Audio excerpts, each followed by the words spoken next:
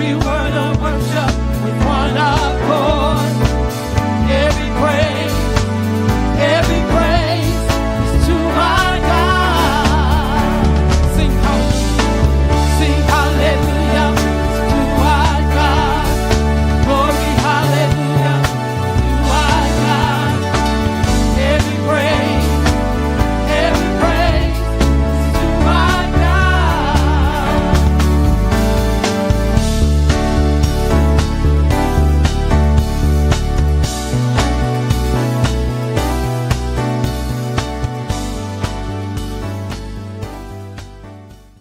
Dr. Rollins' commitment extends beyond clinical practice.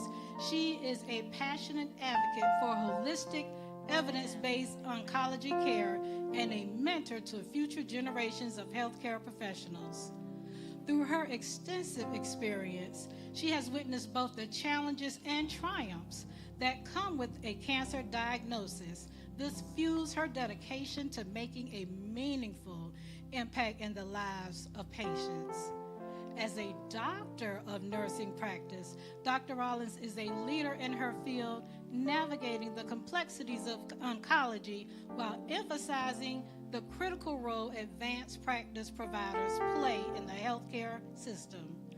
Her insights and expertise continue to shape the future of cancer treatment and patient care.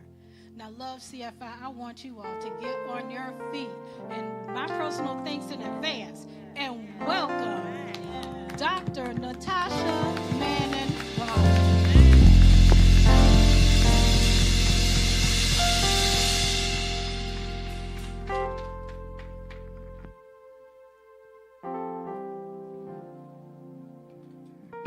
Good afternoon, everyone. It's definitely a pleasure to be here with all of you guys. The occasion speaks for itself. I don't think we can overexpress it enough on the importance of breast cancer health and wellness.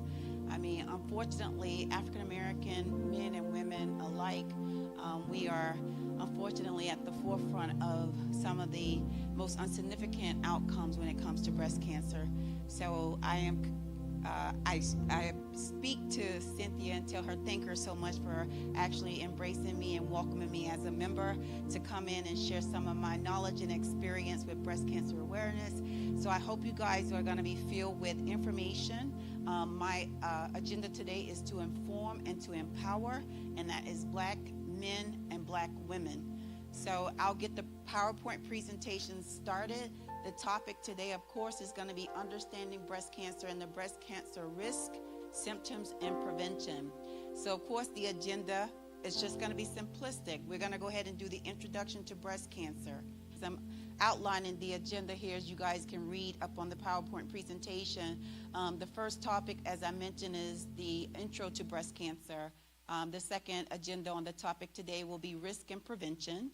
And we'll go ahead and to get into a little bit of diagnosis and staging. We'll talk about treatment options and advancements. And then most importantly, we'll talk about support and survivorship.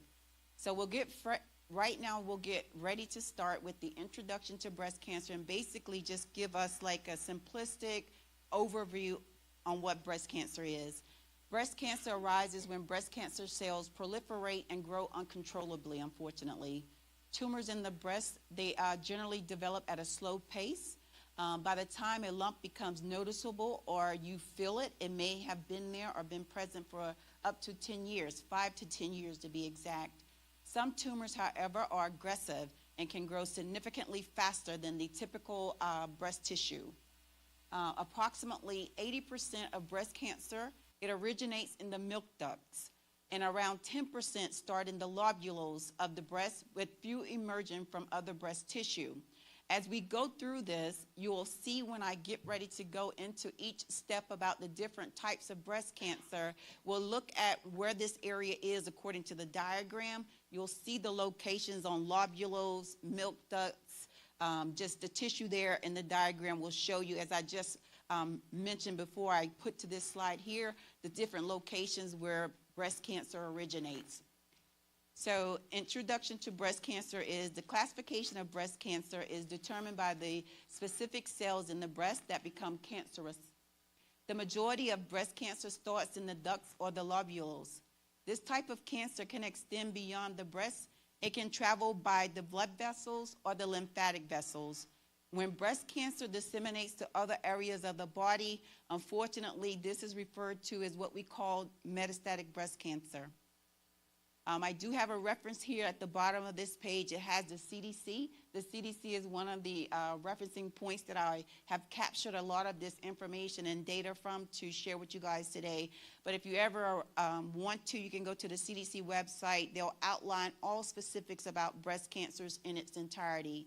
So the second slide here that I want to go up to, there are several different types of breast cancer. The first one I'm going to touch on is going to be ductal carcinoma in situ. A lot of people hear about this one, and this one is referenced as stage 0 breast cancer.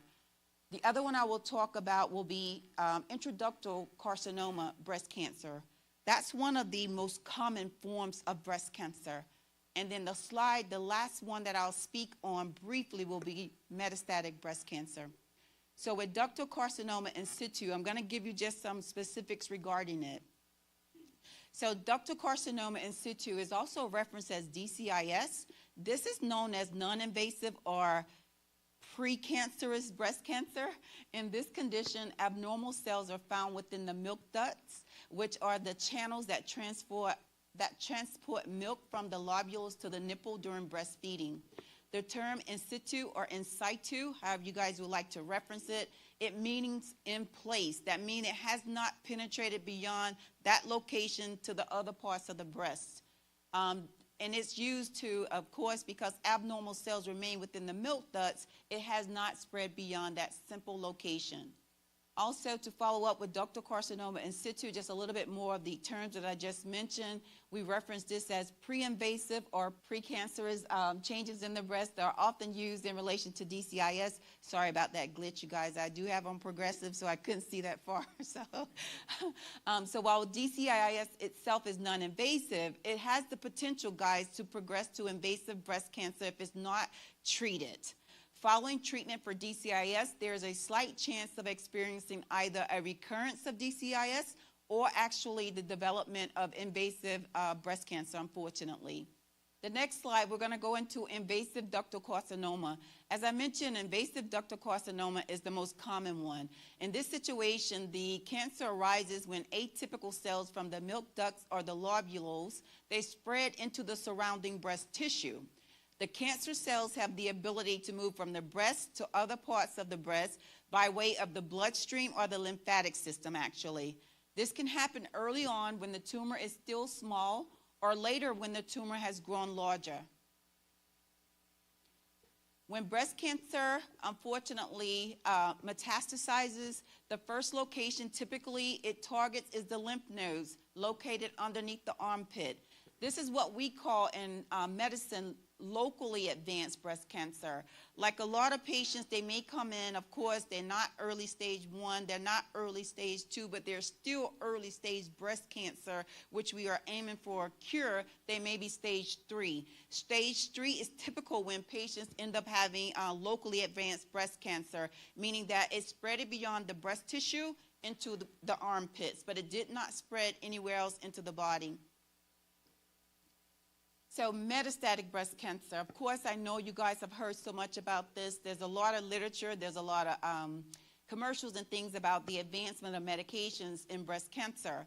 Unfortunately, metastatic breast cancer can be quite intimidating because at that time when we're treating our ladies that are metastatic, unfortunately, we do not have the ability to cure them anymore. Our goal is to give them quality and longevity of life while still being able to live with the breast cancer. So metastatic breast cancer is referenced as stage 4, or you may hear us talk about it as advanced stage breast cancer. This type of invasive breast cancer, it has extended beyond the breast, as well as the lymph nodes, which is locally advanced, to other areas of the body. Typically, it does affect the bones, the brain, the liver.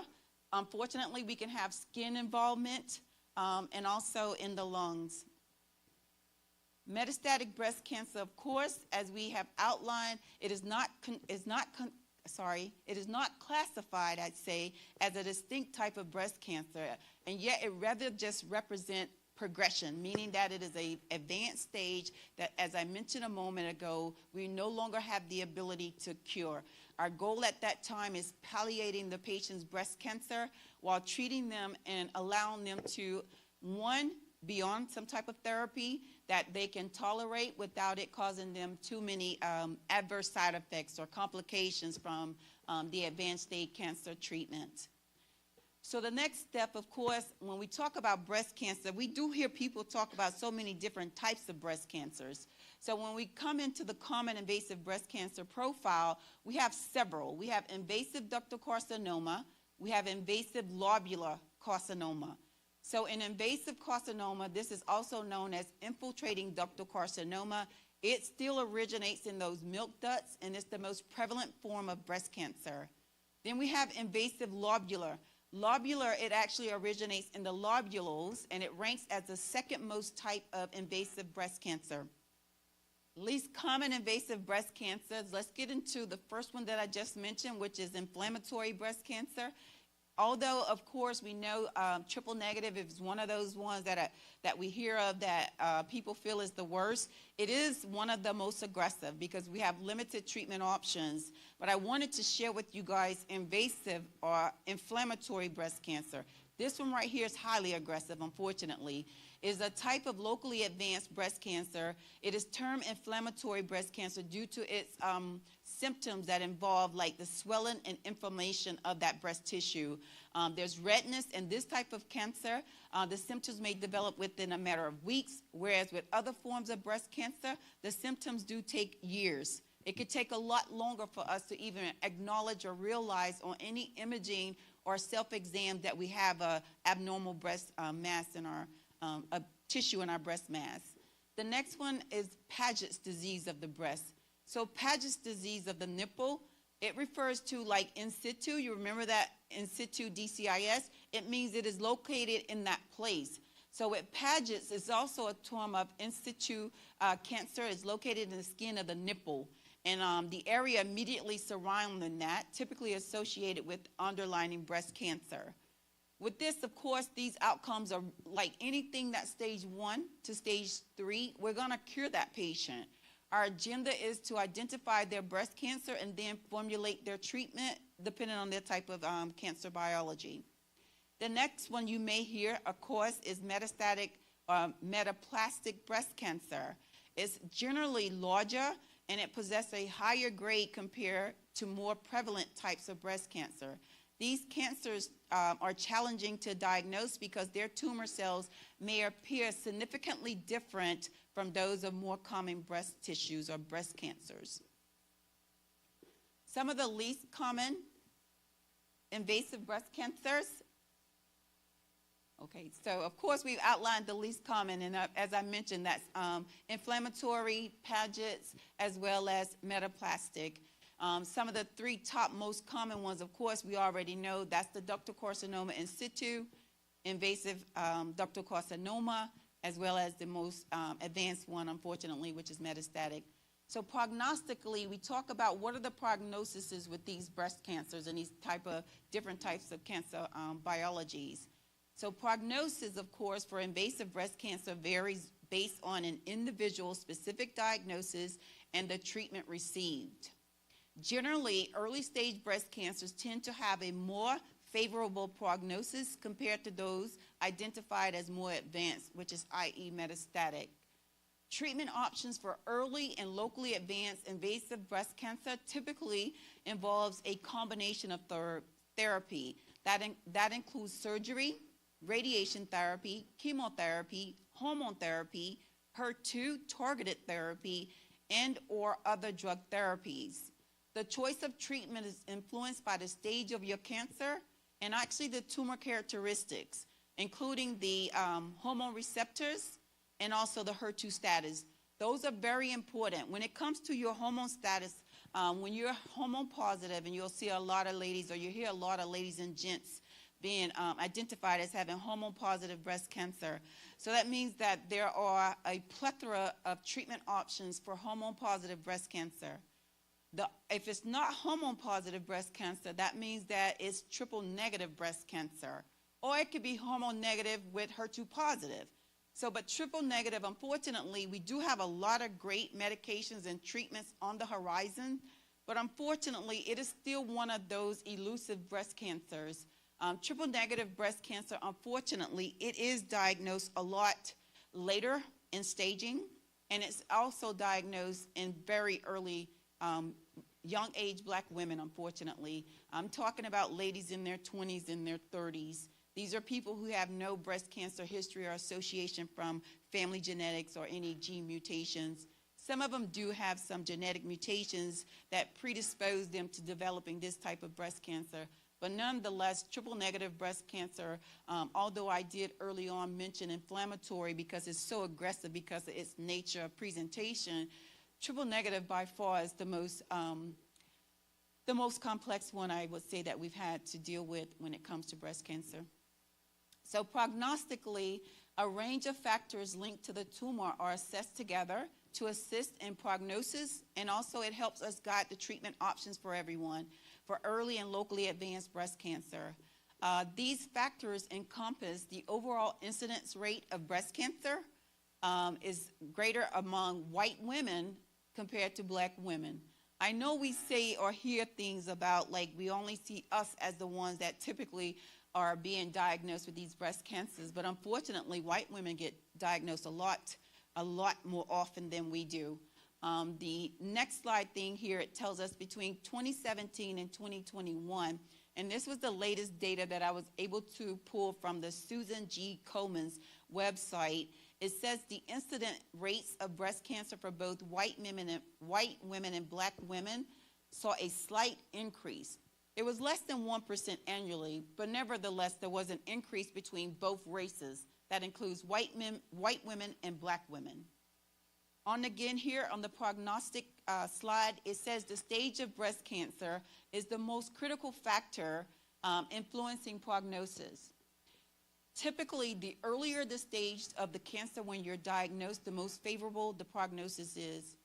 Unfortunately, if we do, as I mentioned earlier, if we're late stage, let's say we're stage 3, and you remember I said that's a curable option, but if we're late stage 3, in our staging, when we go to stages, we have like an alphabet classified with it. It'll be A, B, or C. So say for instance, stage 3, we know that is one of the latest staging of the curable options of breast cancer. So stage 3C, we could potentially go ahead and shoot for a cure because when we're working up the patients when they're that locally advanced, remember stage 3 is meaning that their breast cancer not only penetrated their breast tissue, but it has unfortunately compromised the lymph nodes right there close to the proximity of the breast cancer. So we do our arsenal of workup when these ladies do come in with the late stage cancer. So that means we're shooting for cure because we stage them with imaging. Some of the classic imaging, of course, are going to be PET scans, CT scans, whether we do CT of the chest, of the abdomen, and the pelvis. And not only that, we also check in the bones. But those ladies, unfortunately, that come in that are stage 3C, sometimes their cancers too can be elusive. And although we aimed and target our goal to cure them, unfortunately, sometimes those ladies before or right there shortly thereafter, they end up unfortunately having a short acute recurrence, or either they have progression of their cancer tumor before we get them to the operating room. And then at that time, what we do is we re-gear and we change over their treatment to see if we can further reduce the burden of how much of that locally advanced cancer that they have, so that once again we can aim for a cure. Some of it is successful, and some of it, unfortunately, those ladies during those times when we're trying to get them geared up with chemotherapy and potentially get them to the operating room to finish their course or their pathway, they progress in another area. And as I mentioned earlier, the progression could be brain, it could be bone, it could be liver, and it could be lungs. And unfortunately, with breast cancer, it can also be skin. So the second point I put on here is ductal carcinoma in situ. Of course, that represents stage 0 cancer. As I mentioned earlier when I outlined the different types of breast cancer, stage 0 is non-invasive. It's non-invasive breast cancer, which has the most favorable prognosis. I mean, literally, that is the most favorable one because you're classified as stage 0 breast cancer. The next one is invasive breast cancer. It is characterized into 4 primary stages. As you see, it goes from stage 1 through stage 4. 1 to 4, but we know 4, of course, is metastatic. That's the one that we can't, unfortunately, cure you. We have to palliate your treatment, and we tailor it according to what we feel is going to be the best one on your tumor biology. So generally, a lower stage of breast cancer correlates with a better prognosis. Early detection and screening for breast cancer are vital for our health. Also, screening tests can identify breast cancer at an early stage, significantly increasing the survival chances. So as we mentioned earlier, just to kind of recapture, because I know I'm telling you guys a lot of stuff and it's like I'm probably just rolling it out so quickly, but the earlier that we identify and detect any type of cancer, even if it's stage 4 breast cancer and we probably can't cure you, we then still have a lot of options to treat you. And then we can give you and offer you a lot of longevity. Like we have patients that are metastatic stage 4 breast cancer patients who are 10 years, 12 years, 14 years, 7 years, 5 years. So metastatic breast cancer, given all of the latest advancements in treatment, is not the ultimate death sentence as soon as you're diagnosed with stage 4. Stage 4 means that we are just going to have to work a little bit more diligently to kind of keep the cancer under great control and kind of halt it from, spreading beyond wherever it already spread it. So on the cancer staging option here, the stage of breast cancer is assessed based on various factors. That includes the lymph node involvement, the tumor size, whether it metastases are present or not, the tumor grade, and the status of the estrogen receptors, the progesterone receptors, and the HER2 receptors. That's a lot that I have in that little bullet right there. As I mentioned, your cancer or anyone's cancer is based on their tumor biology. We need to know what your hormone status is. We need to know the tumor size so we can grade it. And we need to know the HER2 on that particular tissue sample. When we're doing this, whenever someone, unfortunately, if you are found to have, let's say, a suspicious breast tumor or breast mass on your mammogram, so screening mammography is always going to be the gold standard. We do not go around screening mammograms straight to a diagnostic mammogram. The diagnostic mammography is what's going to determine how, when we go in to look at this suspicious area that was on a routine screening, what's the features of it? How conspicuous does it look? And what we do at that time, if it warrants a biopsy, we go ahead and take a tissue sample of that particular tumor. And then what we're doing after that, once we send off the pathology, we're actually literally waiting. We wait for about 7 to 10 days, always up to 14 days. Because in that point there where you see estrogen receptor, progesterone receptor, and HER2, I need all that information so I can adequately formulate a treatment. And I also, of course, sometimes when we get tumors that do look conspicuous, they come back benign. We have a lot of fibrogranular tissues and densities in our breast. They may be firm, they may be hard, they may be fluid filled. And those do, even if they look conspicuous on your screening mammogram, and we work you up with diagnostic mammogram, and some of us, we've had to work all the way up to a biopsy, and it came back as just fibrogranular tissue. But for the ladies and gentlemen, unfortunately, their tumor does come back with invasive carcinoma. That way it tells us whether it's invasive ductal in the ducts or it's invasive lobular in the lobules. You remember we talked about that in the beginning. These tumors, they come in specific areas of our breast tissue. Early on in the slides on that small diagram, it showed you the milk ducts, the lobules, and the other areas in the tissue around the breast. That is important when it comes to identifying what type of cancer you have. Although I did not stress it, intralobular breast cancer is pretty aggressive itself too as well, because it's in the lobules. And in the lobules, sometimes, unfortunately, that cancer behavior can mutate, and then it can actually, spread pretty quickly. Even when we're on therapy, it can spread pretty quickly, or it can become more advanced. So that's why that bullet is important. Your staging is is definitely determined by these factors here.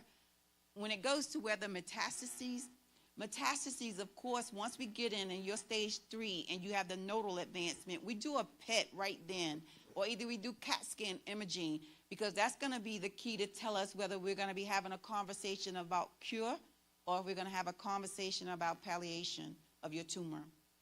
Another big important step when it comes to the breast cancer, how we formulate your treatment, how we determine everything about our pathway on what we're going to do in terms of adjuvant, upfront surgery, radiation, and all those different therapies that come with it. As you can see, there's something up there called an UNCLE-DX score. An UNCLE-DX score is very important. UNCLE-DX is included in the staging process for certain estrogen receptor positive, lymph node negative tumors. So if you have an ER positive tumor, and depending on age and other factors as is outlining in there, then that's going to be important for us to determine after surgery if you're going to go on to do your traditional treatment or if you're going to also have traditional treatment but chemotherapy as well. The Oncotype-DX score, of course, this right here, as you can see, is at the Susan G. Komen's website. You can click on that site there and you can get the Oncotype-DX score, but I just put it up there because it's so layered and I want to tell you the importance of it. So Oncotype-DX score, anybody Oncotype score that's less than 26, you don't have to get chemotherapy. It doesn't require us. We do a risk analysis and it'll give us a score, and that score will tell us the percentage of how much you would benefit from chemotherapy after surgery. So anyone that's like potentially, there's some more variables that go into it. If we think that you're really a high-risk candidate, you potentially could benefit from some chemotherapy, then sometimes we do that conversation, and we have a lot of data and different trials and things like that that kind of dictates and navigate these things. That way we can ensure that you're going to have a very significant risk reduction, maybe 30 to 35% reduction of your cancer coming back with just without just traditional treatment alone adjuvantly. And when I'm saying adjuvantly, that means after surgery. And if I say neoadjuvantly, that means some ladies, unfortunately, if their Oncotype score when they did the tissue sampling came back high, what we do is we go ahead and give them chemotherapy up front. And when we give, and we also give chemotherapy up front for the stage 3 patients that are locally advanced. And what we're trying to do is we're trying to shrink and reduce as much of the burden of their breast cancer as we possibly can. When we're giving you upfront chemotherapy, I know a lot of people, there's a lot of reservations about treatment and chemotherapy and things like that. Unfortunately, some of these cancers negate us giving you some upfront chemotherapy. That's going to ultimately give us the great outcome that we want when we're aiming to cure you without you having an acute recurrence within 6 months, 7 months, or a year, right after we've done everything. With some of the triple-negative breast cancer patients, we can actually get them to the finish line. We give them upfront chemotherapy. We image them after chemotherapy. It shows us that we've reduced the burden of their cancer, and then we get them into the OR. At surgery, when you do surgery, we're going to be testing to see if our upfront chemotherapy reduced the burden of everything. Like, hey, did you have a complete PCR, meaning we did so awesome that we debunked you enough to where you had no remaining active viable chemotherapy at the time of surgical pathology. Now, I have a lot of ladies that get to that, when I say this, they get to that point, they said, okay, so imaging said that that it's not there. It's there. I didn't take it out. We didn't take you to the operating room. So unfortunately, if we don't take it out and we leave it there after we kind of gave you all that upfront chemotherapy, that tumor will wake back up. That tumor is going to wake back up and start becoming more active again. So when we do that, and ladies ask me, well, do I need to do surgery? Do I need to take this off or do that? I kind of, caution them and talk with them and put it as simplistic as I possibly can say it. I will tell them simply, okay, we went through a marathon of chemotherapy so we can cure you. I never took your tumor out of your breast. We never took your tumor out of your armpit. What do you think is going to happen to that tumor when we stop chemotherapy? It wakes back up, unfortunately, because we didn't remove it. All we did was palliate it enough to where they can have a successful surgery, meaning they go in and they can get either a partial, or if they opt for it, some ladies like to do mastectomies. But when we reduce the burden of the cancer, the goal is to shrink everything down enough to where we have no more viable cancer left at the time of surgical pathology. And sometimes we do have cancer left at the time of surgical pathology. And so that Oncotype DX score that I just mentioned a moment ago is irrelevant when we have residual cancer. If we have a couple lymph nodes that's positive, or the patient had about 10%, 15%, 30% viability on their tumor at surgery, they go on to get chemotherapy. After they finish chemotherapy, if they're hormone-positive breast cancer patients, then what we do is we go on and do a minimum of 5 years of hormone-blocking therapy. If they had lymph nodes, like those really late-stage curable breast cancers that are stage 3, and they had lymph node at the time of diagnosis, they go on to do another pill. There's a pill that you guys may have been seeing on TV. It's called Verzenio. Abemaciclib is the other name for that. We're using that in the metastatic setting, and we're using it in the adjuvant setting. People that are locally advanced at the time of surgical diagnosis, and we're curing them, and they had lymph node involvement, they do their surgery, they do their radiation, and then they go on to do 5 years of hormone blocking therapy, and that is a minimum. We have some research and some data that tells us if you are higher risk, locally advanced, although curable, then we can opt to either do a minimum of 5 years on hormone blocking therapy, we can extend it to do 2 more, which will give you 7 years, or we can extend it to do another 5, which will give you 10 years on endocrine therapy. But that's all based on your tumor and the nature of everything at the time of diagnosis. The ultimate goal is to try to eradicate this thing so the breast cancer doesn't come back. I would like to share with triple negative breast cancer, even with us doing so awesome and we're aiming to cure, none of this is intended to frighten anyone. I'm just here to inform and to empower. But triple negative breast cancer, we can actually get them to the finish line. We're aiming for cure. We do, in the oncology world, have specifics. Like, we know how triple negative behaves, and it can be elusive, even if we've cured them. So their window that we are being very vigilant to make sure that it doesn't recur is 1 year. We see patients with triple negative that we've cured. They've did surgery, they did radiation. The one thing about triple negative, they don't do hormone blocking therapy. So they don't have that extra 5 years on a pill that's going to help reduce their risk of their cancer coming back. Everything we have done to them in the beginning, when we gave them the upfront chemotherapy, surgery, radiation, and if they don't have any viable cancer left on surgical pathology, they don't even go on to do a pill that's called capecitabine. It's a drug called Xeloda. Triple negative patients have to go on that medication if they have residual cancer left at the time of their surgical pathology, and the goal is still the cure. But that's only for 6 cycles. And when I'm talking about 6 cycles, that's only for 6 months, 5.5, 6 months. And then after that, for triple negative patients, it's just vigilancy. We're making sure that they're doing their self-exams. Even if there's a stigma that I've also been experiencing, I just want to share it really quick because it just came in my head. There's a stigma, and I've seen some of my ladies and gents that have had mastectomies, and they share with me that no one explained to them that they're supposed to continue their self-exams. That's unfortunate. That's really unfortunate, because when we close or when we do surgery, that tissue above that's closed that incision is breast tissue. It may not be as much as our regular breast, but it's still breast tissue nonetheless. And what happens when you've had a mastectomy, that tissue that's still there that they need to leave, because it is futile. We can't take 100% of breast tissue off with the mastectomy. That's just unfortunate, because we have to be able to let that wound heal and close. So you have to have some viable tissue to close at the time of surgery. And with that being said, with those ladies, that's why we ask them to always continue to do their self-exams on the mastectomy side as they would do on their traditional breast side that they didn't have surgery on. Sorry for getting a little bit off the subject there. So go back to the slide one above that one.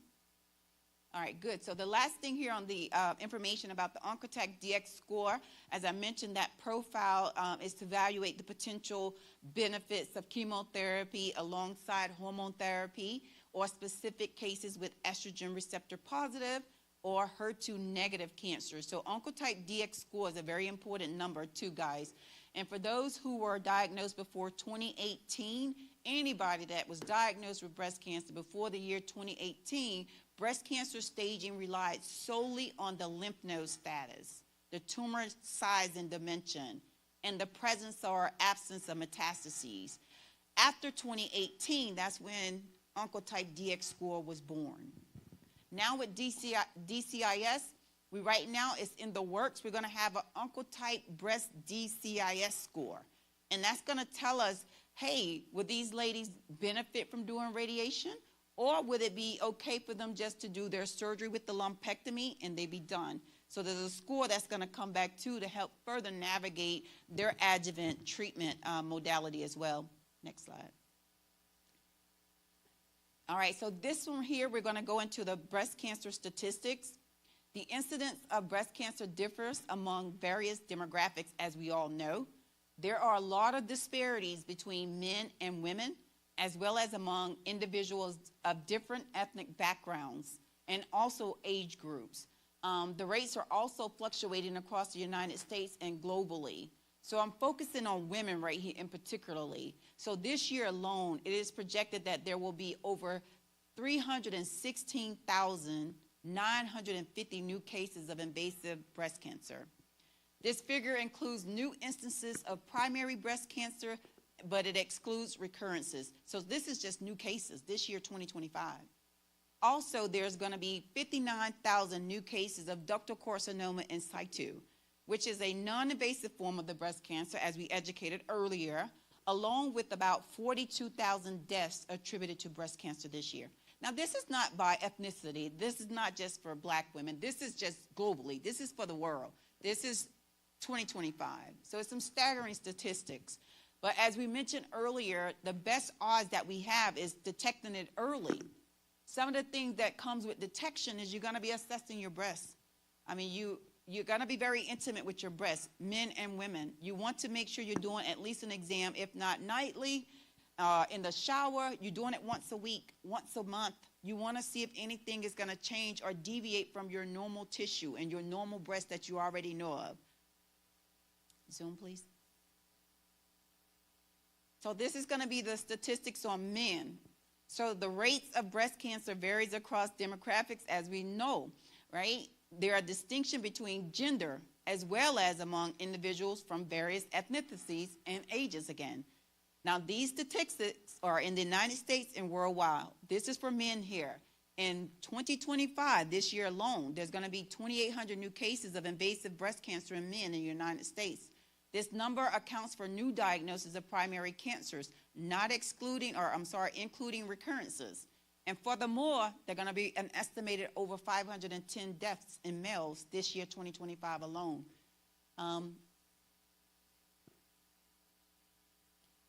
So now the next thing that I wanted to share in the statistics, if you zoom, please.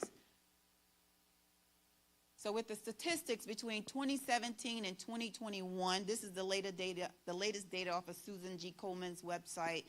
Black men were more frequently diagnosed at a younger age than the white counterparts. The median age for diagnosis among black men is 65, and it's 70 for white men.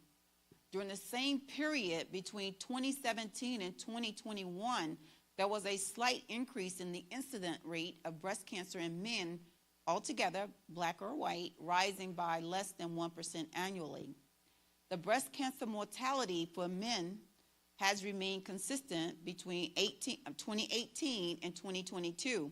In contrast, the mortality rate for women during this period saw a decrease, about a 1.5% decrease, which is awesome.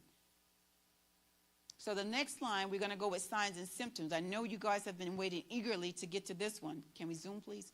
So on this one right here, this is going to be very important. So the warning signs of breast cancer, it varies among all of us. The most frequently observed indicators are these things here. changes in the appearance of or the texture of the breast tissue, changes in the appearance or texture of the nipple. That means if you notice anything remotely concerning nipple drainage, and particularly different colors can mean different things, but if you definitely notice in the nipple you may have like a bloody drainage there, that's an emergency. You want to get with your general practitioner. I don't care what age it is, young or old, and see if they can go ahead and get you worked up with the mammogram. At the time of mammogram, of course, it'll share with them whether there's something remotely going on with the nipple. Sometimes, unfortunately, it does require biopsy so they can exclude if that's something malignant going on there. And like I said, the last one here says discharge from the nipple. Ideally, some people, we have prolactin. That's like a milk duct thing there. Sometimes ladies have natural excretion of some drainage out of their tissue or the breast or the nipple, but it definitely changes according to color and consistency and frequency. And as I mentioned here, in many instances, these changes do not indicate that you have breast cancer. For instance, breast pain is more often associated with benign tumors. That's another myth. People think a lot that if their breast hurt, there is a malignant tumor. We have so many hormones floating around in our body, and so we have cyclic pain, like pain that comes at different times throughout our breast tissue. So for us ladies, typically if we're feeling something that's painful, it's not typically associated with breast cancer. It's a benign thing. So breast conditions, it's a benign breast condition. Then with breast cancer, nevertheless, the only definitive way to determine whether this is something that is concerning is talk with your general practitioner. Some of the other warning signs and symptoms for women is detecting breast cancer early is critical. I don't think we can overstate that enough. The earlier we find any type of cancer, I know the big subject and topic today is breast cancer, but the early stage that we can find any of these cancers is the best outcome for everyone. And it's the likelihood of survival is quite significant. It's higher if we found these cancers early. Many women may notice a lumpy texture in their breasts, which is a natural characteristic of breast tissue. Our breasts are lumpy, unfortunately, guys. I'm so sorry. As you get older, that tissue gets very dense. Sometimes as we're younger, because we have a lot of young ladies, they have immature breast tissue. So we call that like fibrogranular tissue, fibrogranular densities. And it does feel lumpy. It is concerning. But of course, once you are able to identify, like I said, as we're including the fact that we're going to be really, really engaged in knowing our breast health ourselves, then we will know when something deviates or when something goes outside of what we traditionally feel in our breast tissue. If it feels menacing enough, if it feels concerning enough, and you're just uncertain, and like I do have ladies to tell me quite often, well, I don't do breast exams because everything feels lumpy. And I do understand that. I do understand that. But unfortunately, sometimes that right there can be the determining factor whether you find something early or you find something late. That's your outcome. That's your prognosis. So if it feels lumpy and you're not sure what to do, when you're going into either your gynecologic exam, your primary care exam, you're going to ask them, hey, give me a landmark. Show me how to actually look out for things in my breast tissue. Show me how I'm supposed to be properly doing a breast exam. I don't have a mannequin with me today. Of course, I wish I did have a mannequin, but I wasn't thinking about that, because then we can talk about all the different quadrants of the breast tissue. Every one of our breasts are like clocks, right? You got the 12, the 3, the 6, and the 9, and each one of those are quadrants.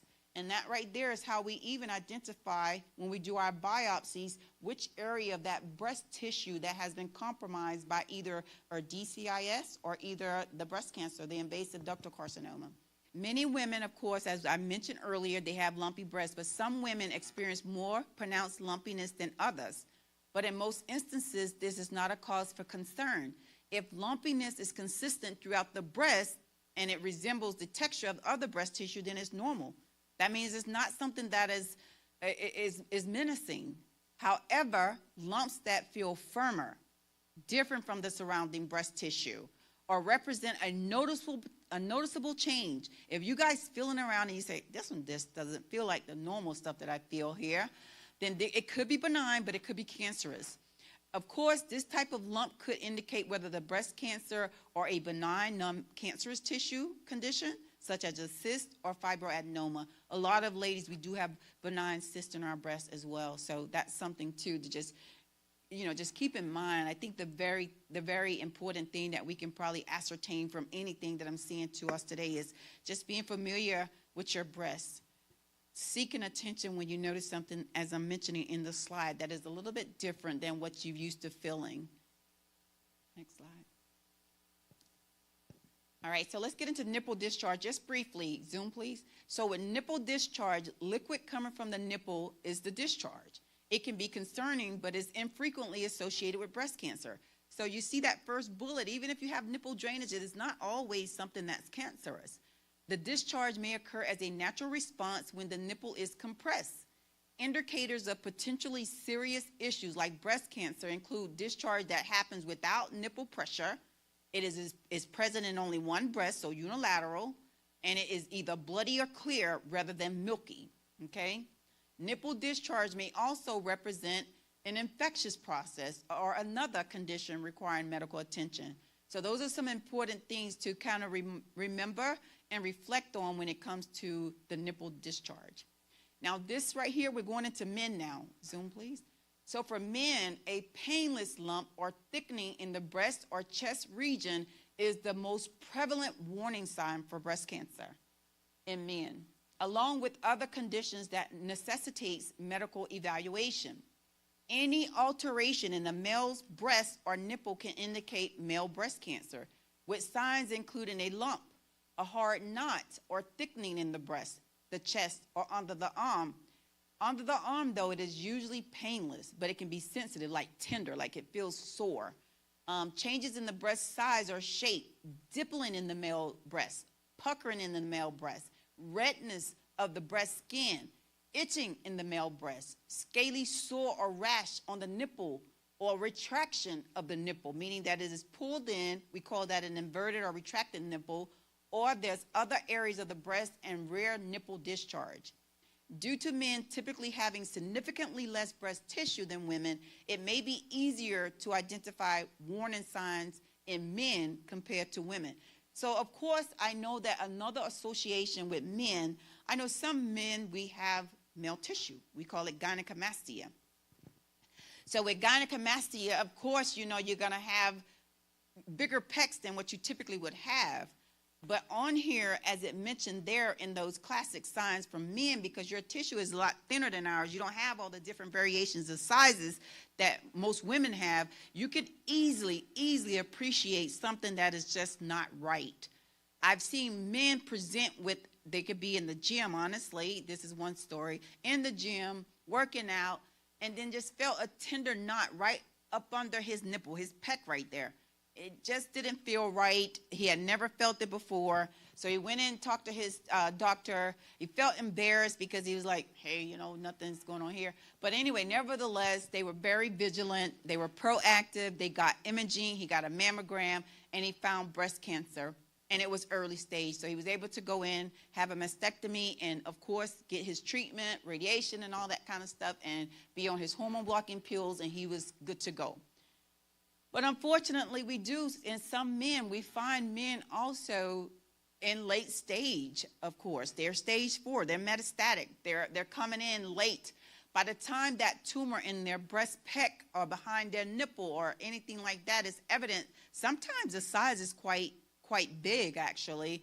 And then they've already have lymph nodes that are there. They may not have been able to appreciate them, but they have enlarged lymph nodes. And then when we stage them or we get imaging, it's in different areas of the body and it's spread beyond the breast tissue.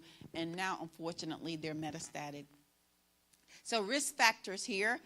This is understanding breast, okay? The risk factors is understanding your breast health.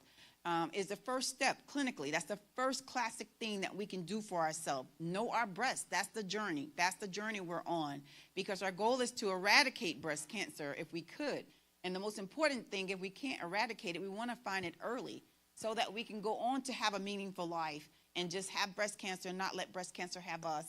If you have concerns about your breast cancer risk, a personal or family history of breast cancer or other types of cancer, and you're interested in genetics testing, then we definitely recommend that you gather the information about your family. And it can be skip generations, you know. And then we do have some other people, especially some of our younger ladies that are being diagnosed. Yes, some of them are coming back with BRCA mutations. They're BRCA positive. So that means their genetics predisposed them to having a breast cancer. But then, unfortunately, we have over 60, 70% of them that don't have any family history or genetics with anything. And they ended up with late-stage breast cancer. And the reason why a lot of our ladies come in that are younger with late-stage breast cancer is that thing. Breast tissue is so dense and lumpy, and, you know, you don't really know. But as this slide tells you, you need to be familiar with your own breast health, your own breast tissue. Just I can't overstate it enough. I know this setting is a house of worship, but you have to be intimate with your breast to know what's going on. Each man, each woman, you need to know your breast history, know your ID on your breast, knowing what is different, knowing what is changed. Even it may not be nothing, but the most important thing is early detection. If we go ahead and work up whatever this is concerning, and it's early and it's nothing, that's great. But if it's something, at least we have the goal to cure. So breast cancer risk affects everyone. When I tell you everyone, men and women, it doesn't matter.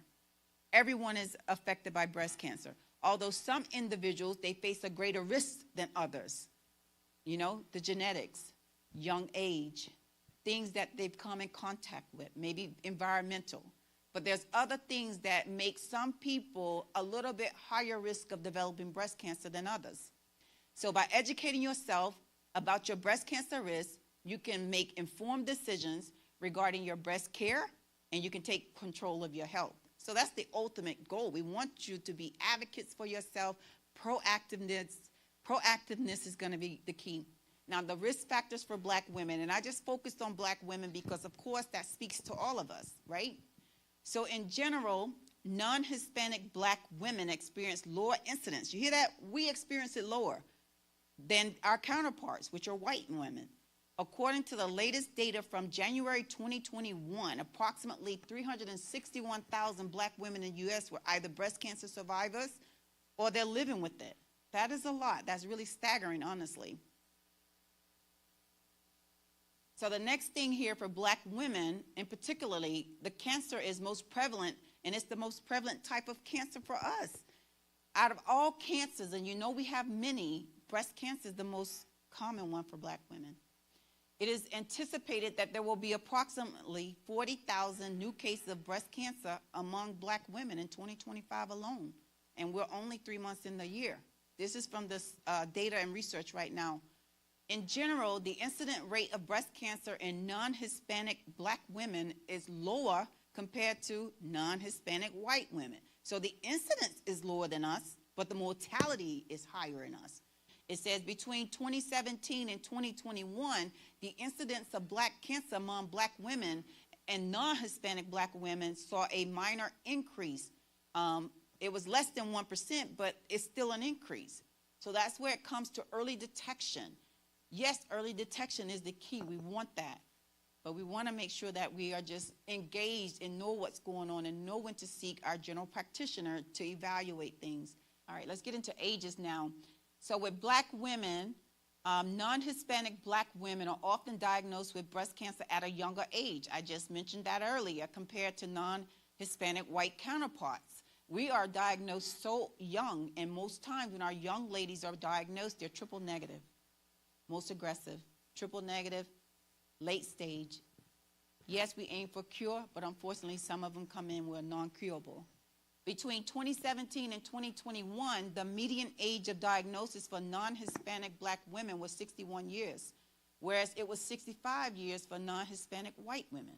So Black women were, you see how many, maybe 4 to 5 years were being diagnosed earlier? And this is the average. This is the median age. We know it's quite younger than that we're being diagnosed, but this is the median age that they see that Black women are being diagnosed compared to white women. So 61 is our average age for us and 65 for our counterparts.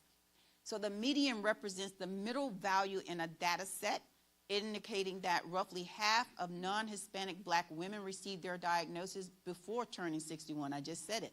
although 61 is the age, most times it's before 61, while the other hand were diagnosed afterwards, like 4 or less. So for non-Hispanic white women, about half were diagnosed prior to the age of 65, with the remaining half diagnosed afterwards as well. So that's the study there, that's the data. Now let's get into other big things here. Mortality for black women, if we could zoom please. So for the mortality, which is our death, breast cancer remains the leading cause of cancer-related death among black women. It is projected that around 6,100 breast cancer fatalities will occur in our demographic this year. Between 2018 and 2022, the breast cancer death rate for black and non-Hispanic black women decreased approximately 1% annually, according to the most recent data. But nevertheless, during the same period, the death rate from breast cancer was roughly 37% higher in black women compared to white women. So then the survival component comes in.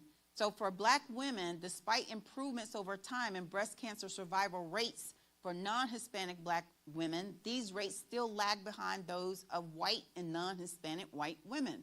According to data for those diagnosed between 2014 and 2020, the 5-year relative survival rate for breast cancer in non-Hispanic women was 84%, while it was 94% in the non-Hispanic white, 93% in the non-Hispanic white women. The next slide on survival, and we're getting close to end here. So survival, this indicates that non-Hispanic black women had an 84% likelihood of surviving 5 years post-breast cancer diagnosis compared to the general population. In contrast, non-Hispanic white women, they had a 93% as likely as women in the general population to survive 5 years after the time of diagnosis. 93% is quite high, so that means almost 100% of them are living beyond 5 years with breast cancer, when only 80-some% of us are living beyond 5 years with breast cancer. So another bullet here for black women, several factors are contributing to this for us, and that includes disparities in the survival rate. That's variations in our tumor biology. You know, we're either triple negative, late stage, advanced cancer, or locally advanced. Genetics, being diagnosed at a later stage of breast cancer. Obstacles to accessing high quality health care. That includes insufficient health insurance. And then difference in the proportion of women with specific risk factors, such as being overweight, as well as not completing treatment. I know it would be surprising and shocking, but sometimes, unfortunately, in our community, we get the diagnosis, but I think it's either faith. We're thinking and we're wanting a cure, and we're trusting for a cure. We're not denying our faith, but of course, you know, there's medicine there to get us there to that point. So I feel like that's one of the biggest things here outside of disparities. I know we have so many socioeconomic barriers, meaning not enough insurance, no insurance, or whatever. But if you or anyone you know present to anywhere, if they come up, they feel something, they cannot be denied care. If they go into the urgent care, the emergency room, the prompt care, they have to see them. And then, of course, on that examination, if they feel something that is remotely concerning, they have to refer them to get imaging that day they're in urgent care or prompt care, or they have to refer them to the appropriate doctors to get evaluated. So the stage of breast cancer at the time of diagnosis significantly influenced our survival rate. Stage 4, known as the most advanced or metastatic breast cancer, is particularly critical. According to the data again, from 2012 to 2021, approximately 9% of non-Hispanic black women in the U.S. are being diagnosed with stage 4 breast cancer, in contrast to 5 to 7% of women from other racial and ethnic backgrounds. Once again, late staging, not fulfilling whatever it is when they're being diagnosed, not seeking care. When they do seek care, they're a little bit further out, or either they unfortunately turn into metastatic breast cancer. So according to the latest data from 2021, black women exhibited the highest rates of screening mammogram compared to other women. Can you guys hear that? We need a round of applause. We definitely are getting our mammograms. We're getting our mammograms, but we got to go the next step. I mean, literally, out of all other races, literally, we're in there. We're in there getting our mammographies and everything like that compared to other women. But in general, the incidence of breast cancer, the rate of new cases, is lower among us. than it is among white women. But we're wondering why we have so many mortalities. Late stage, lack of care, lack of funding, disparities, can't get in and get diagnosed. When we get in and get diagnosed, we're so far out that we can't be cured. So that's some of the stuff that's supporting that, those variables in that data. But nevertheless, the mortality rate from breast cancer is still remaining the higher for black women in comparison to white women. For instance, from 2018 to 2021, the breast cancer mortality rate for black women was approximately, again, 37% greater than white women, than that of white women. Now, breast cancer screening, I'm just going to pull this one up here. I know we've talked about all the anatomy and history and everything. So the differences for black women in access to follow-up care after an abnormal mammogram may help explain the survival gap between black women and white women. So some of them don't go back to get the appropriate care. They know it was something found on there, whether it be fear, lack of knowledge, lack of resources. This is one of the variables right here where we have the mortality. Studies suggest that black and African American women often face longer wait times for follow-up care following an abnormal mammogram compared to white women. So we're contemplating, we're fasting, we're praying, we're doing all those great things which are amazing, but we're going to put our faith to work. We're going to just let them know that, okay, our faith is not going to be the thing that I'm going to just sit here and be frozen and paralyzed with. I'm going to activate that faith, and I'm going to be like, okay, I have this abnormal thing. I got my intercessors, my prayer team. They're going to be intercessing on my behalf while I'm going and working everything up and getting the screening done so I can have an early stage and have a great outcome. So these delays in receiving follow-up care are playing a major role in the lower survival rates observed among black and African American women. That's it. Even when considering factors like income and access to health care, black women in the United States are more likely to be diagnosed advanced, that's stage 4. We are more likely to be diagnosed with advanced stage breast cancer, and we ultimately have the poor survival outcome than white women. So our breast cancer survivorship. So I know that this has been a long day. I probably fed you guys a lot of information, but I do want to just talk on some survivorship components, and it's going to tell you risk factors, things that we know that potentially increases patients or anyone's rate of diagnosing with breast cancer. So the aim of treatment is early stage breast cancer to eliminate the cancer and prevent it from returning. When breast cancer reappears, it is referred to as a breast cancer recurrence. While most individuals diagnosed with breast cancer do not experience a recurrence at all, but anyone who has had breast cancer remains at a risk nonetheless. A recurrence of breast cancer at the original location is termed a local recurrence. In contrast, when a breast cancer returns and it spreads to other areas of the body, it is known as a distant recurrence, and that's most times metastatic. This type of cancer is classified as metastatic and may also be referred to as stage 4 or advanced stage cancer. And this is all under the survivorship components. Next slide. So once again here, following the completion of treatment for early or locally advanced breast cancer, many individuals worry that they might still have a cancer or they have fear that it may return. That's natural, we're human. Such concerns are completely understandable. But there are also numerous healthy ways to manage our stress. Techniques like mindfulness meditation, very instrumental. Survivors of breast cancer often also worry about their family members, their chances of developing breast cancer, given the potential increased risk. If you have any concern about this, consult with your doctor, get genetic testing for your loved ones, male and female. They can assist with assessing your family's risk and may refer you to the genetic counselor if necessary. So engaging in certain healthy behaviors may be associated with the reduced risk of breast cancer recurrence, as well as diagnosis and enhanced survival rates. Additionally, other behaviors contribute to healthy lifestyle may lower the risk of various cancers and other health conditions. A healthy lifestyle encompasses maintaining a healthy weight. Unfortunately, obesity is one of those things that increases. Your breasts, when you're heavier, and we have generous breasts, you have a lot of tissue there and a lot of densities, and sometimes those are one of the things when we're overweight that tissue can be compromised. Eating a nutritious diet, limiting alcohol consumption, engaging in regular physical activity, and avoiding smoking. So post-treatment, for those who have been impacted by breast cancer, post-treatment, being overweight or obese can lead to an elevated risk of mortality from breast cancer as well as overall mortality in general. Women who are overweight or obese following a breast cancer diagnosis tend to have a poor survival outcome compared to those who maintain a leaner physique or activity or stay healthy. Achieving and sustaining a healthy weight is among the most beneficial actions we can take for our overall well-being altogether.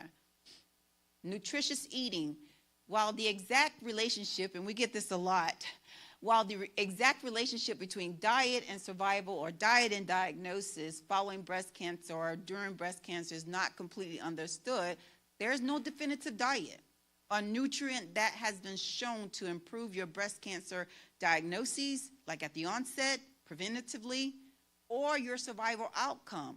Nonetheless, individuals who have experienced breast cancer can gain advantages from adhering to some type of healthy eating guideline, which is recommended for everyone.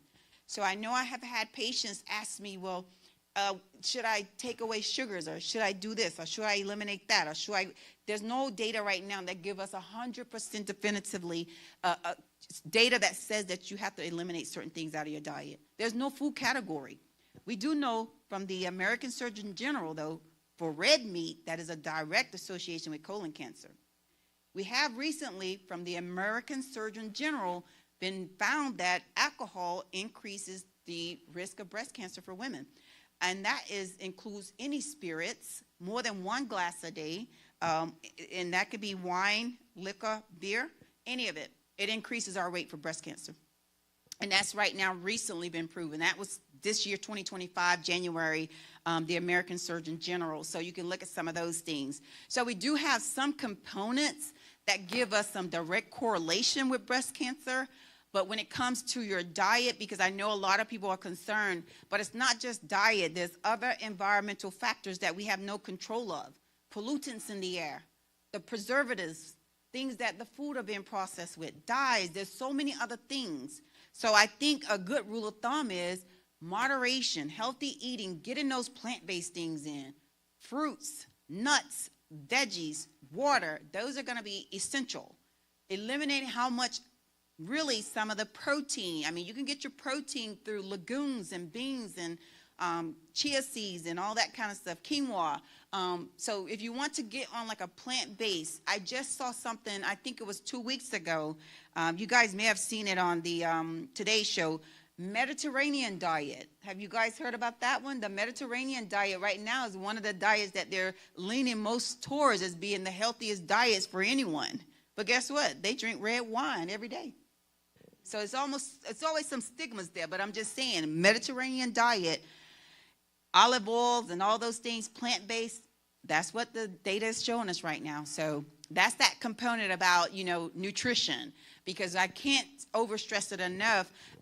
Sometimes when I'm met with ladies that's undergoing this journey and we're trying to get them to the other side, they have really restrictive diets, unfortunately. And I know that it's fueled on fear, but if they're not able to maintain a healthy, functional diet, that's good protein, good calories, they won't be able to get through that first part of the journey. They won't be able to, if the ladies are the ones that have to get chemotherapy, they're physically deconditioned, they can't get treatment, they're too weak. They can't tolerate anything because they're not eating. I have ladies that are really restrictive on salt. Salt is something that you have to have. It's for your goiter. You have to have salt in your body. I mean, I know these things, they may sound so far-fetched and so out there, especially when it's the one that's intimately walking on that journey. And I know sometimes we can't convince them to alleviate their concerns that these things are not going to be the one component or that only variable that is impacting their breast cancer. So what we try to do is help navigate it for them, because unfortunately, some of the things that they try to eliminate out of the diet ultimately become the things that hurt them. All right, so the other one, when we just talked about physical activity, so physical activity, numerous studies indicate that regular physical activity is associated with lower risk of breast cancer mortality, as well as your overall health. Engaging in exercise is one of the most beneficial actions we can take for your health following breast cancer or before breast cancer treatment. It aids in maintaining a healthy weight and is connected to a reduced likelihood of developing heart disease, stroke, and diabetes. And smoking, another one. Can't overstate this enough either.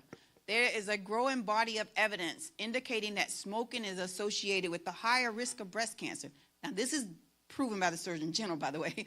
So smoking is one of those components. It says here, there's a body of evidence indicating that smoking is associated with the higher risk of breast cancer recurrence and also mortality from breast cancer and overall mortality rates in a whole. Quitting smoking or not starting at all is among the most beneficial actions you can take for your health. Smoking is linked to an elevated risk of various cancers, not just breast cancers, as well as other health issues. All right, so resources. I just kind of put some blips up there because this is the closing mark here. This is the end of the entire presentation. So I want ladies to know that we do have, and I'll probably have to give some things or send some things back with Cynthia so we can provide to you guys. But we here locally in the city, we have a lot of phenomenal things and resources that are available to the underinsured, kind of not so adequately insured, and also for just resources communities. We have mammograms that come out to you. We have something called Sisters by Choice. It's one of our local surgeons here in the city. She's the founder of that. It is amazing. Her life work, she's one of the pioneers on that with the Sisters by Choice. Her life work is to eradicate breast cancer. Make sure there's no disparities where no one can get breast cancer treatment or health. She also, with her organization, they have that mobile clinic. They pop up around the city, various areas of Atlanta. Sometimes you get screening, free mammograms there. So that's Sisters by Choice. We also have freemammograms.org. So freemammograms.org is another one. You can link into there if you're concerned about whether you're young or old or whatever the case may be, and you think you can't get in or you can't afford a mammogram, go to freemammograms.org, and they'll give you some directive on how to actually get in and this is local, everything is local here, and you can get in and get screened. We also have sanctuaries for Black women diagnosed or affected or impacted with breast cancer. That is a foundation that's out of Duluth. So, that's called Triple Negative Breast Cancer. They got a sanctuary. So we have a lot of resources here locally within the greater Atlanta area that we could take advantage of. I know knowledge is power. I mean, the more we're informed, the more we're exposed to these things and know that we have resources available to us, the better off we will be. One, we'll be able to beat this thing, which is great. The other thing is we'll be diagnosed early on to where we'll be cured and we can continue to lead a meaningful life. But nevertheless, even if a lady is impacted with metastatic breast cancer, that is not a death sentence. It's not the end for you. It's a chapter in the journey. As long as you're able to stay healthy, you can continue on various lines of treatment. Yes, that does depend on the aggressiveness and the behavior of your tumor and all these other variables that go into place when we have advanced stage breast cancer. But nevertheless, we have great body of team members all over the city, different organizations, including my organization, who are working tirelessly. We are working tirelessly to see if we can eradicate this thing and ultimately treat each and every person that we encounter with breast cancer to give them a meaningful life and ultimately a really good outcome in their journey. So just so I can just touch on Sisters by Choice.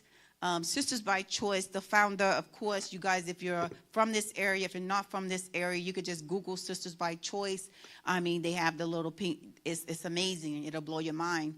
But of course, it's a nonprofit organization. It's recognized, as you see, it aims to assist individuals diagnosed with breast cancer through innovative education, advocacy groups, breast health aid, and ultimately her goal is to eradicate this thing.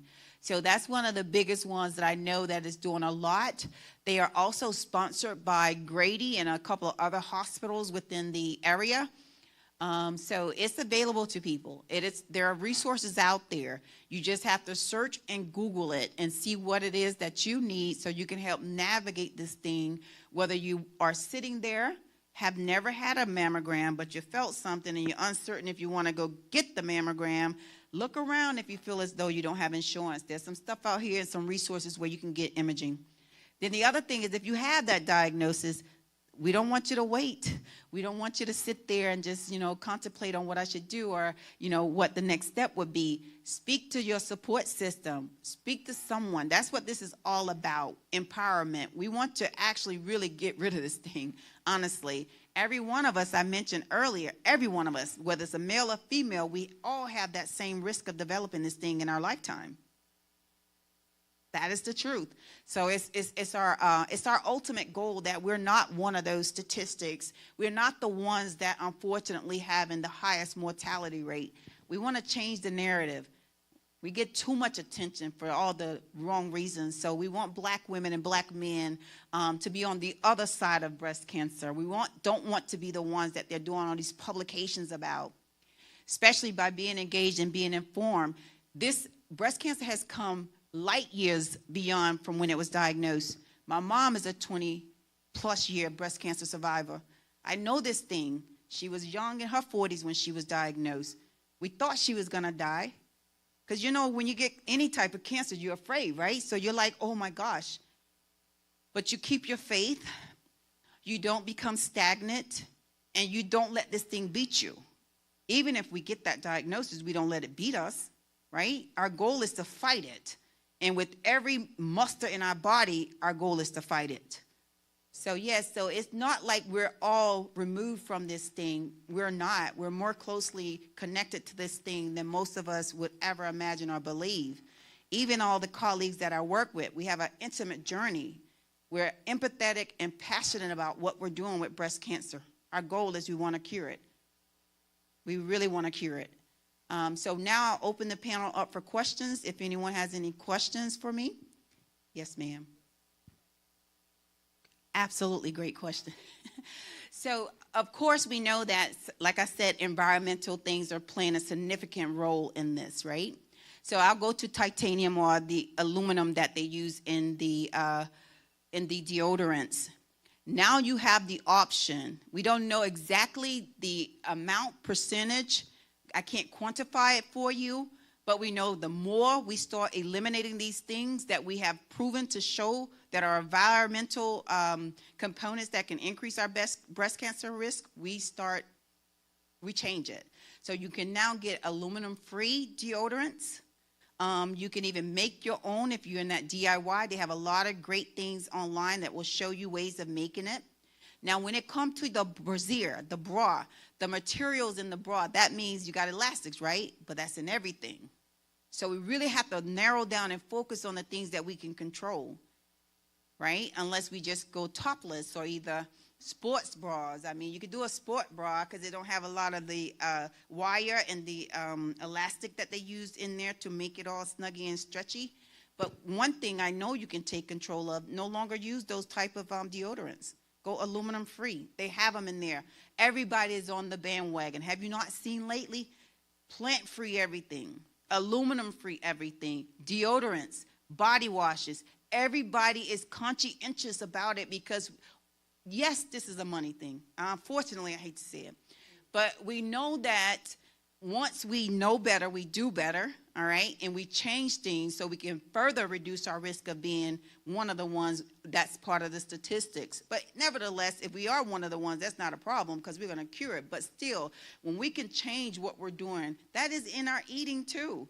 Like, look at all the preservatives they're putting in foods, right? So if you go real clean, real plant-based, I'm not telling you to be a vegetarian or a vegan, whatever your preference is, that's your preference. But you want to make sure you got those healthy, good things in there, those healthy, good vegetables. We are of the earth. Do you guys know that? So that's where we'll go back to. So we have to start there. We can try to eat as healthy as we potentially can. exercise 30 minutes a day if we need to, 15 minutes a day. Any activity is good for the body. And staying lean. We're not saying be restrictive, and we don't want you to be emaciated and losing a lot of weight, but your health is your wealth. So that's the things we can change. They're not going to go in the markets and take out brasiers and bras and stop making those things. But of course, we can kind of see other ways that we can kind of see if there's an alternative type of lingerie bra, something that we can utilize that does not, I don't have enough data to support is my biggest answer to you for it when it comes to the nanoparticles, because that's what they are. Those are plastics and nano particles that are actually, if you want to say that, if you drink out of a plastic bottle, you drink bottled water, that's a contaminant. So, I mean, you just have to look at things and put them all into perspectives, right? So we know that these things are now, the scientists, the chemists, the researchers, they're bold enough now to share with us. They have study and data to know that these are the things that are environmentally, that are causing all these type of cancers. We just got to take it into consideration, do what we can to live a healthy life, eat healthy, so that we can outrun this thing and beat it. Any other questions? That's it? Sure.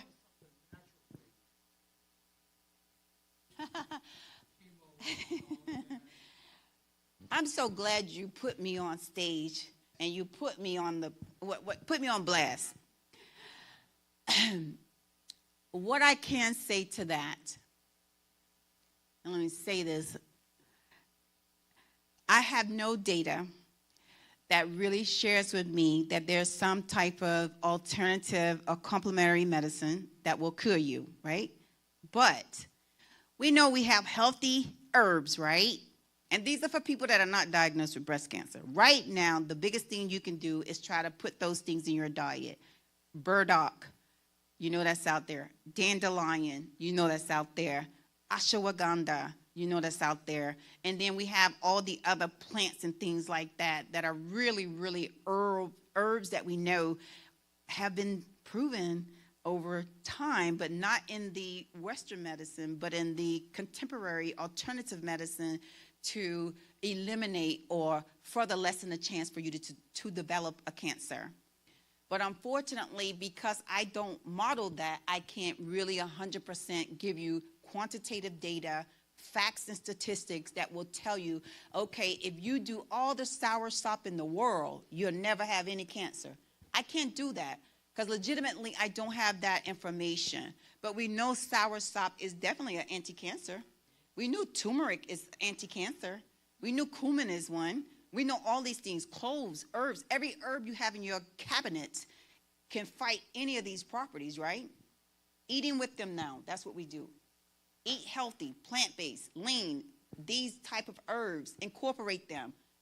Exercising, eliminating smoking, eliminating alcohol. Those are the things we can do now. But I can't share because I've had a lot of patients that they are on my side of the spectrum. They do ask me that same question. Unfortunately, my medicine is contraindicated with naturals. I have ladies asking me about apricot seeds. It's a poison. It's a poison, right? Just so you know. You can't have apricot seeds and be able to get chemotherapy. It's going to cause you to go into liver failure, kidney failure, okay? So that's the thing that I'm talking about. When you're on this side, on my side, and you ask me about the alternative medicines, I do have studies to show me that, okay, yep, if you do reishi mushrooms, if you do, what is that other one she did? It's another thing that some people that I know have done. They were on traditional medicine, and unfortunately, they went in liver failure, and he almost died, right? So that's the data that we have. Because off the record, when we're not testing those things, of course, it's going to be contraindicated when it comes into a foreign object, right? So when it comes in contact with this chemical that is in the body to help fight it, they're working at odds with each other. So that's why the natural thing won't work when you've already accepted the other traditional medicine. So when it comes to that kind of stuff, when we're here now, all of us that's in this forum today, we know better. We know we can eat those healthy things. We can incorporate those things into our diet, cooking and everything like that. We knew before they had any type of antibiotics, they used natural things to make penicillin, or they made amoxicillin. I'm going to give you a concoction that I have, of course. You're going to ferment you some onions and some honey and garlic, right? You're going to ferment that for a long time, right? Maybe a good week to get it nice and strong. And then what you're going to do is take a tablespoon or a teaspoon of that a day, help with cough, mucus. If you look at it, because I'm big on searching up stuff, let me tell you. I read so much stuff. My brain never stops. I'm not even kidding you. When I'm sleeping, it is churning, right?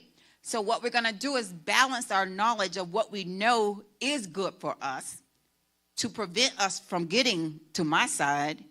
Because once you come over here, there's going to be a tug of war with the chemicals and with the naturals.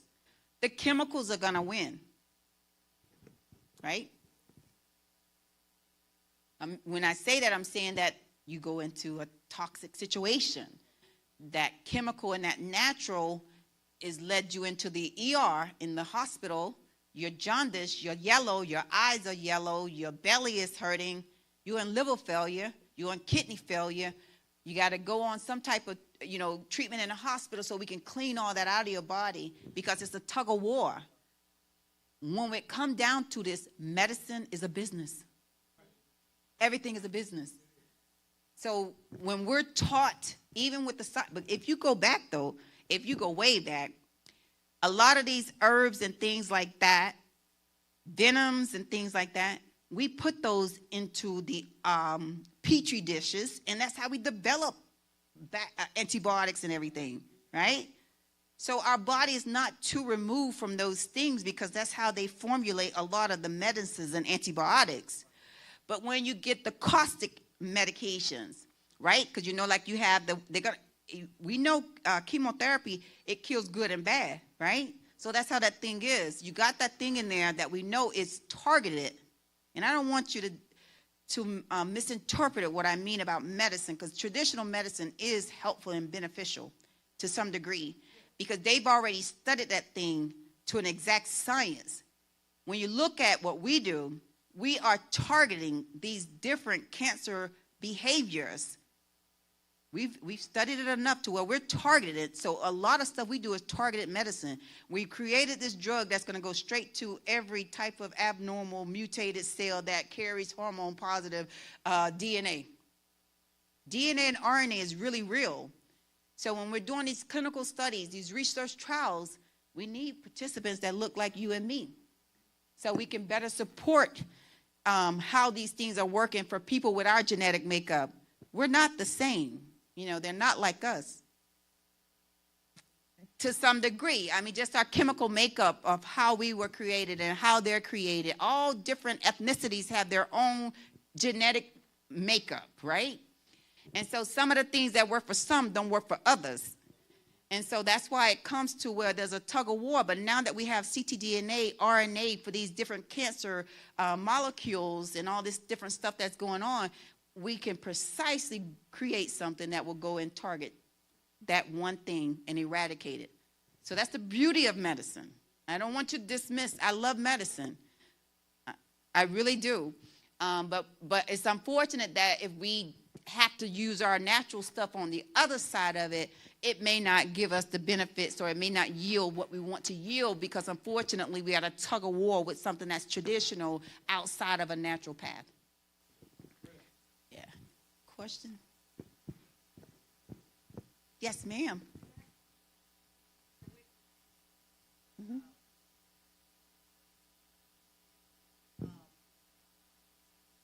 Cholesterol? Good, good. Yes. Mm-hmm.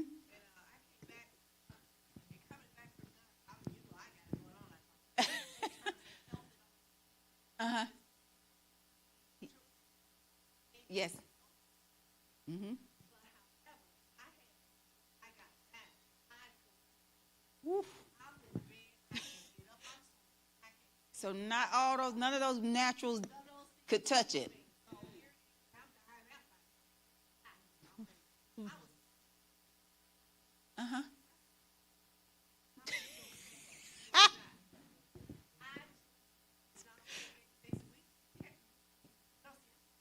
Uh-huh. Yeah. It can knock it out. Was it like a steroid pack? A Medrol dose pack? Uh-huh. What? Well, that's steroids. It was some inflammatory thing that you probably, a bug, something in your gut you got from over there. And exactly, because you're eating healthy and natural over there. But still, though, in those countries, the water is different from our water. So, of course, it's not purified like ours. Yeah, yeah. I love your testimony. It is amazing because it speaks volume to the fact that, of course, we are naturalists at our best. I mean, I'm vegetarian. I try to eat healthy. I try to use all of these herbs and everything to myself. But, of course, some things that may get into my microbiome in my gut, I may not be able to. I don't have anything in my pantry that's going to knock it out. And that's from the traditional medicine, steroids and stuff like that, because a lot of things it starts in your stomach. You know that, right? If that gut bacteria is not healthy, you got inflammation, you got all these diseases that go on. But fortunate for them in the U.S. and in America, we have steroids and things like that kind of knock that stuff. But no, absolutely. I really appreciate your testimony. Absolutely. You look like you're a remarkably healthy woman. I follow a lot of ladies on Pinterest in their 70s and 80s. They're herbalists. They were doing the traditional medicine things, so they eventually detoxed their bodies off of those things and lived a really meaningful life naturally, right? So that is a good thing, and there's a testament that we can get to that. But we got to be healthy to knock it out, because sometimes we have to give in to the medicine just to kind of knock out whatever it is that is actually compromising the body, and then eventually once we're whole again, we can get back on that natural path. Oh, yes, sir. Yes, yeah.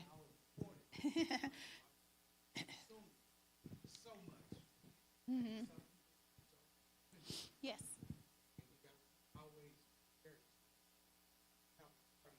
Uh-huh. Uh-huh. Yeah, yeah. Well, we know, of course, a lot of things and contaminants we come in contact with, we have to do something to eliminate them out the body. Fasting is a natural thing you can do. I mean, you could just do a natural fast. But, of course, if you really want to detox, you can get a colon cleanse, of course. And that way you can kind of eradicate and clean the slate, get some of those bacteria that's in the body that has been sitting around. Because the more and longer it sits there, it's only going to wreak havoc, right? It's only going to go somewhere and try to mess up something that's functioning healthily. That's what happens with any type of bacteria. It just does what it wants to do. But you don't understand. Another thing, yes, fasting and detoxing, occasionally, definitely do it. I think it's a good thing. You could do a 5, 3-day, 7-day cleanse if you like. You could just do a 24-hour, 48-hour. It really just takes that amount right there, especially if you're doing a full cleanse, or a full detox, or you're doing a full fast. If you just purify your body with just water and fast 24 hours, you're going to eliminate a lot of toxins just like that, right? So it doesn't matter the amount of time for the fast or the detox. Just kind of, eliminate some of the things out of your diet occasionally, whether you do it once a week, daily. Because some people I do intermittent fasting. All right, so you have, and we can go into all the biology of that, but let's just go here brief. So you're going to do, I like to eat at 12 noon, right? In the morning, I know they said breakfast. That's when you break your fast. I don't break a fast. I do coffee for sure, or either I'll do like a tea or something like that.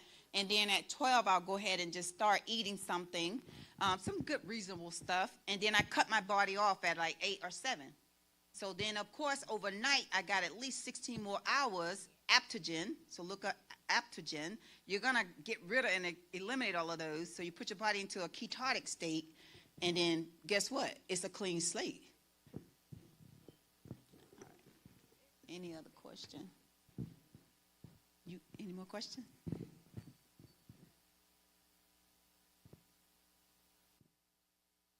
All right, guys, if there are not any more questions for me, I would like to say thank you guys so much. It's been an absolute privilege and an honor to be here today. I feel like not only for myself this was fruitful, and I feel like it was fruitful for you all, for our communities. So now guess what? We are vessels. We have to go speak to the masses and share them the knowledge that we've actually been given today. Let them know that there's resources out there for them. Anyone that either be facing breast cancer, curious about breast cancer, knowledge is power. And the more that we can inform and empower each other, the faster and easier we can beat this thing.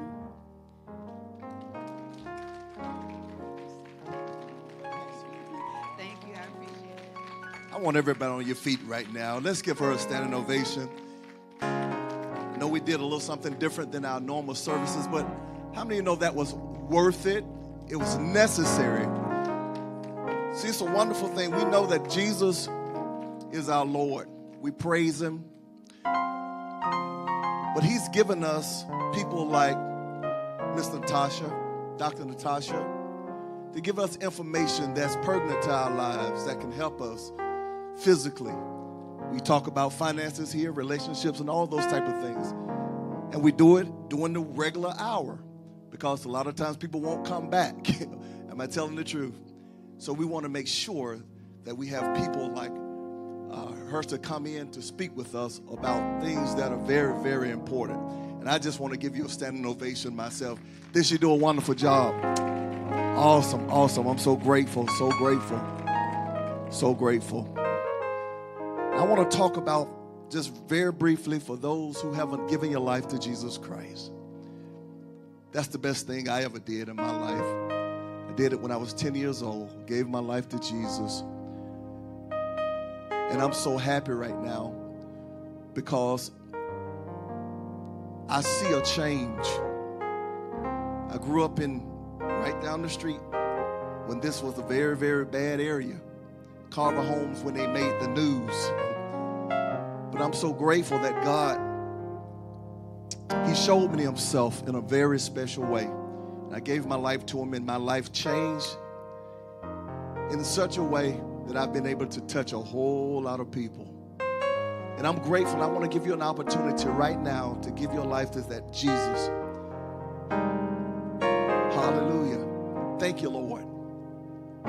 If you're not saved, I want to give you an opportunity. Just pray this prayer with me. Lord, we thank you for what you did on the cross. We thank you for your love, for your mercy. We thank you for salvation right now, Lord. I accept the gift of salvation right now. And I appreciate you in a special way.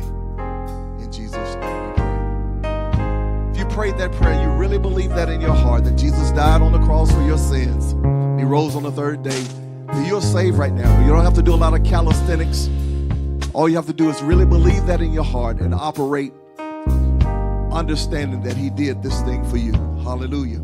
Anybody saved in the house? Give your hand. Give the Lord a praise right now. Amen. Hallelujah. If you'd like to be a part of Love CFI, we invite you to 1540 Pryor Road, Atlanta, Georgia, 30315 to be a part of this beautiful church. Hallelujah. We thank God. We're going to ask the deacons to come at this time to take our offering.